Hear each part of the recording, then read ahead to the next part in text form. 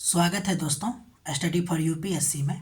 हम लोग पॉलिटी में अभी तक 22 लेक्चर तक देख चुके हैं। लेक्चर छोटा छोटा है लेकिन फिर भी बहुत ही सारगर्भित और बहुत ही डिटेल में हर चीज़ को आपको पढ़ाया जा रहा है। ठीक है, अब हम लोग जो पढ़ रहे थे फंडामेंटल राइट, उसी में धार्मिक स्वतंत्रता का अधिकार में 26 आर्टिकल तक पढ़ा दिए थे। अब आर्टिकल नंबर 27 हम लोगों को देखना है। ठीक है, देखिए इसके अनुसार कहा गया है कि कोई भी व्यक्ति को ऐसे कर देने के लिए बाध्य नहीं किया जाएगा जिसका उपयोग किसी विशेष धर्म या धार्मिक गतिविधियों को बढ़ावा देने या बनाए रखने के लिए किया जाए। यानी कि आर्टिकल नंबर 27 जो है रिलीजन और टैक्सेशन से रिलेटेड है। कोई भी व्यक्ति को टैक्स देने के लिए बाध्य किया जाता है, इसमें तो कोई दोहराई नहीं है, लेकिन उस टैक्स का उपयोग किसी धार्मिक संप्रदाय के बढ़ावा के लिए नहीं किया जा सकता है। ठीक है, मतलब ये हुआ कि सरकार टैक्स ले सकती है, इसमें तो कोई दोहराई नहीं है, लेकिन उस टैक्स का उपयोग किसी धर्म को प्रमोट करने के लिए नहीं कर सकती है। ठीक है, टैक्स जो होता है ना, वो एक अनिवार्य देयता होती है लोगों का। हम इकोनॉमी में आपको टैक्स के बारे में डिफिनीशन बताए हैं, वहाँ पे आप देखिएगा तो समझ में आएगी। ठीक, डायरेक्ट टैक्स, इनडायरेक्ट टैक्स, हर चीज़ बताए हैं। अब उदाहरण देखिए, जैसे सरकार चाहे तो मंदिर, मस्जिद, गुरुद्वारा की सुरक्षा और प्रशासन के लिए पैसा खर्चा कर सकता है। ठीक, लेकिन वो प्रमोट नहीं करेगा। ठीक है, धर्म को प्रमोट नहीं करेगा, प्रचार नहीं करेंगे। ठीक, महत्वपूर्ण बात ध्यान रखिएगा कि इस आर्टिकल नंबर 27 से धर्मनिरपेक्षता को मजबूत करता है और साथ ही साथ सभी धर्मों के साथ समान व्यवहार को सुनिश्चित किया जाता है। ठीक, अगला नंबर आर्टिकल है 28। देखिए 28 जो है आपको यह बताता है कि सरकारी शिक्षण संस्थानों में धार्मिक शिक्षा दी जाएगी या नहीं दी जाएगी। तो इसके लिए कुछ शिक्षण संस्थान के बारे में देखते हैं। ठीक, आर्टिकल नंबर 28 क्या है? धार्मिक शिक्षा और स्कूल। ठीक है, यानी कि स्कूल और धार्मिक शिक्षा में संबंध को बताता है। क्या बताता है? अगर वैसा शिक्षण संस्थान जहाँ पे खर्च पूरा का पूरा सरकार उठाती है, वो आपको धार्मिक शिक्षा नहीं दे सकती है, तो यहाँ पे नो होगा। उसके बाद ये वाला लिखिएगा तो दूसरा नंबर कि राज्य द्वारा चलाया गया लेकिन ट्रस्ट या एडोमेंट द्वारा स्थापित है, लेकिन सरकार चलाती है, तो दिया जा सकता है इसमें शिक्षा, लेकिन बाध्य नहीं किया जा सकता है। ध्यान रखिए, सॉरी, इसमें बाध्य किया जा सकता है। ठीक है, तीसरा ये है कि सरकार के द्वारा मान्यता प्राप्त होगा या नहीं तो आर्थिक सहायता प्राप्त होगा, उसमें दिया जा सकता है शिक्षा, लेकिन बाध्य नहीं किया जा सकता है।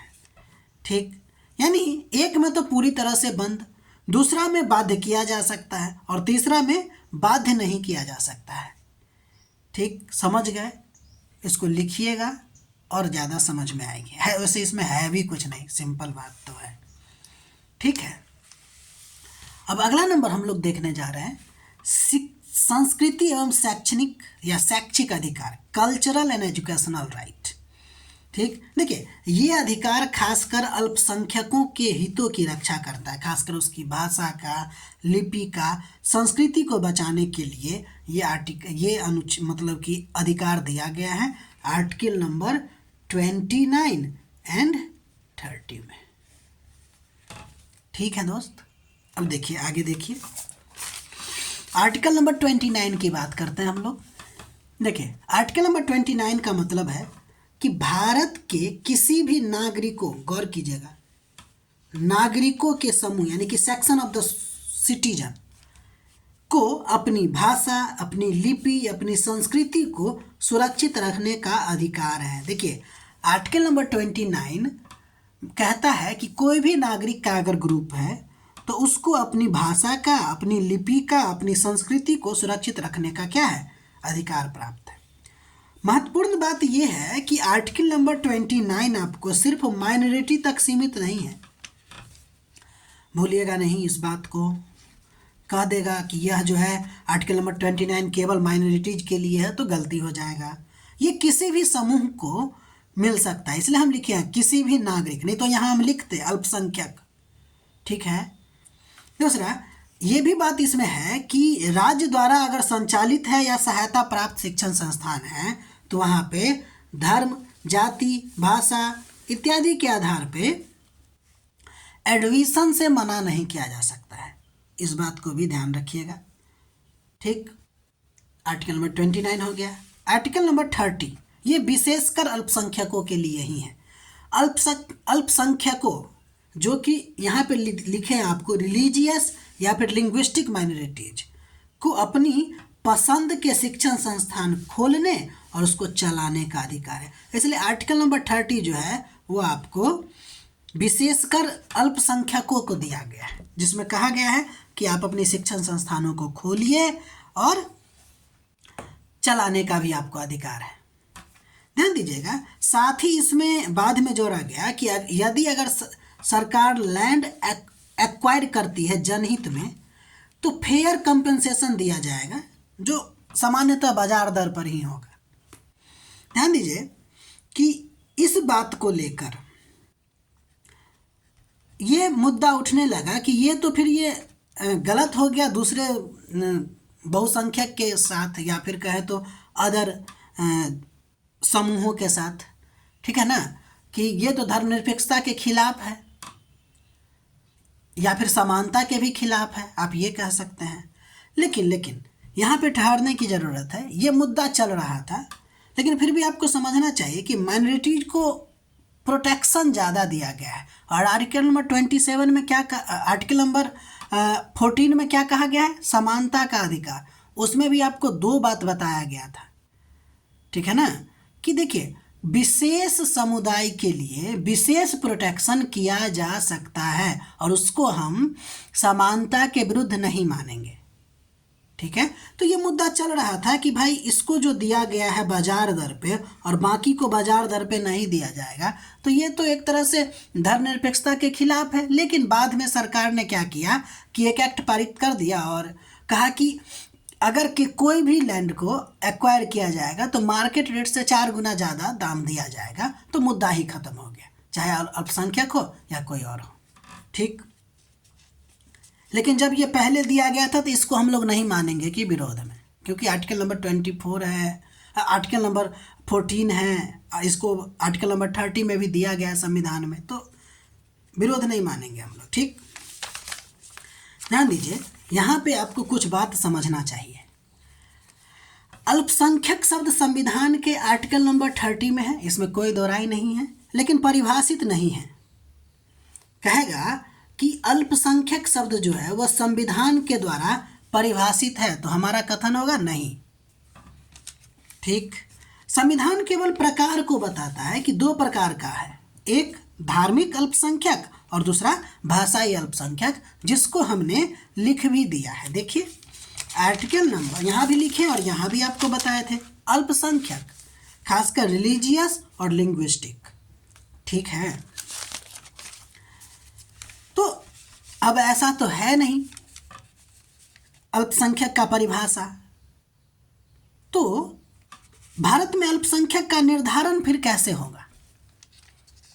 ठीक, तो इसके लिए संसद क्या किया, 1992 में एक अधिनियम पारित करके राष्ट्रीय अल्पसंख्यक आयोग का गठन किया और यह जो है आपको आधार बताया, सर्वाधिक जनसंख्या वाला समूह जो होगा ना वह आपको बहुसंख्यक होंगे, यानी कि जिसकी संख्या ज़्यादा वो बहुसंख्यक होंगे, और शेष समूह जो बच गया वो छोटा है तो वो आपको अल्पसंख्यक होगा, और उसको भी मतलब जो कम संख्या में है तो उसको सीधे अल्पसंख्यक मान लेंगे क्या, नहीं।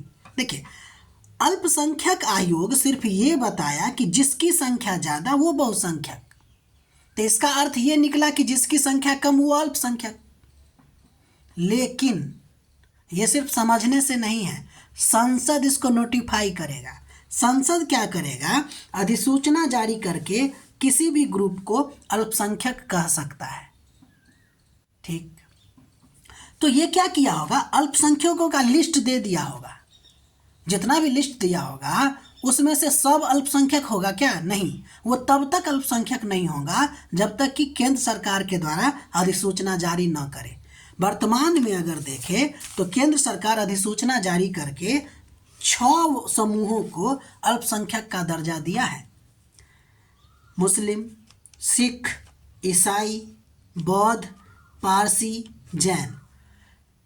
अल्पसंख्यक आयोग के द्वारा और भी लिस्ट दिए गए होंगे, ठीक, लेकिन उसमें से सिर्फ आपको इसी को 6 को ही अल्पसंख्यक का दर्जा मिला है। देखिए, एक केस चला था TMA pipe foundation versus Karnataka case में सुप्रीम कोर्ट ने कहा कि देखिए, अल्पसंख्यक यानी कि माइनॉरिटी का जो निर्धारण आप कीजिएगा वो निर्धारण नेशनल लेवल पे नहीं होगा, आप स्टेट लेवल पे कीजिए। ठीक है, तो स्टेट लेवल पे अब निर्धारण होता है माइनॉरिटी का। ये बस इसमें एक एक्स्ट्रा चीज जोड़ा गया। ठीक, तो एक मुद्दा और भी उभर के आया। एक जनहित याचिका मतलब कि दायर किया गया आपको सुप्रीम कोर्ट में, जिसमें कुछ कुछ राज्यों में हिंदू आपको अल्पसंख्यक है तो उसको भी आपको अल्पसंख्यक का दर्जा देने की बात कही गई है ना। जैसे मणिपुर में या फिर नॉर्थ ईस्ट स्टेट में, जम्मू कश्मीर में आप देख सकते हैं, अदर जगह भी आप देख सकते हैं जहाँ पे हिंदू अल्पसंख्यक है। तो कहा गया कि भाई अल्पसंख्यक का दर्जा इसको भी दिया जाए, क्योंकि सुप्रीम कोर्ट तो कह दिया है कि स्टेट लेवल पे हो, लेकिन अभी तक सरकार ने नोटिफाई नहीं किया है तो नहीं है। ठीक है, अल्पसंख्यक शिक्षण संस्थान अगर पूछा जाएगा आपसे कि क्या होता है तो कहिएगा एक ऐसा संस्थान जो भाषाई या धार्मिक अल्पसंख्यकों के द्वारा स्थापित हो या संचालित हो, उसी को हम लोग क्या कहेंगे, अल्पसंख्यक संस्थान। देखिए, अल्पसंख्यक संस्थान और अन्य संस्थान में होने के कारण दोनों कुछ छूट दिया गया है, यानी कि अन्य संस्थानों की अपेक्षा अल्पसंख्यक संस्थानों को क्या किया गया है, कुछ छूट दिया गया है। जैसे वो चाहे तो धर्म के आधार पे सीट रिजर्व कर सकती है, और आप इसको धर्म के आधार पर भेदभाव आर्टिकल नंबर 15 का विरोध नहीं कर सकते हैं, यानी समानता के अधिकार का विरोध नहीं कर सकते।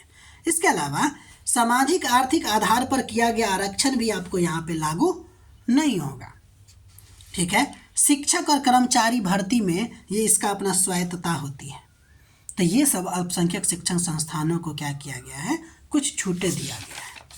ठीक है दोस्त, तो हमने धार्मिक स्वतंत्रता कंप्लीट कर लिया और शिक्षा एवं संस्कृति का जो अधिकार है आर्टिकल नंबर 29 और 30 उसको भी कंप्लीट कर लिया। अब हम लोग आर्टिकल नंबर 32 पढ़ेंगे, बहुत इम्पोर्टेंट है। सुप्रीम कोर्ट जो रीट जारी करता है वो भी पढ़ेंगे, हाई कोर्ट के रीट से तुलना भी करेंगे।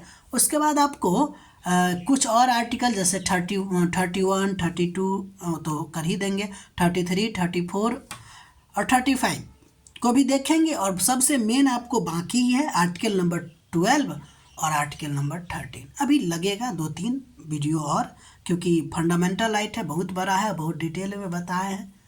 तो आप लोग नोट बनाते रहिए और अपना पढ़ाई करते रहिए। बाकी मिलते हैं अगले वीडियो में।